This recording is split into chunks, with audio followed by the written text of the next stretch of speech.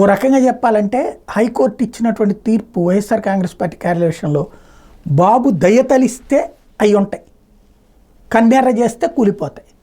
ఎందుకంటే 1కి 2 సార్లు 2కి 3 సార్లు వాళ్ళకి నోటీసులు ఇవ్వండి, ఎన్ని రకాల విధానాలు ఉంటాయి అవన్నీ ఫాలో అవ్వండి అన్నటువంటి విషయం కోర్టు చెప్పింది. అంతేగాని కూల్చొద్దు అని చెప్పాల.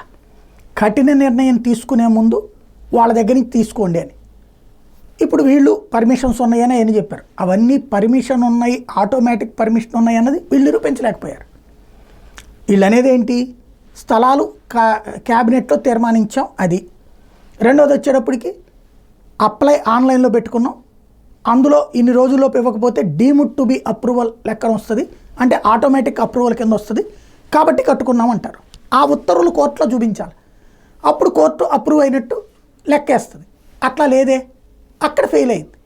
కాబట్టి ఇది అక్రమమే, అంటే ఇది అనుమతి లేని కట్టడాలనినే కోర్టు కూడా ధృవీకరించి కాకపోతే కట్టేసి ఉన్నారు కాబట్టి గబక్కన కూల్చిపడేయద్దు, ప్రజలకు ఇబ్బందికరమైన అయితే కూల్చాలి.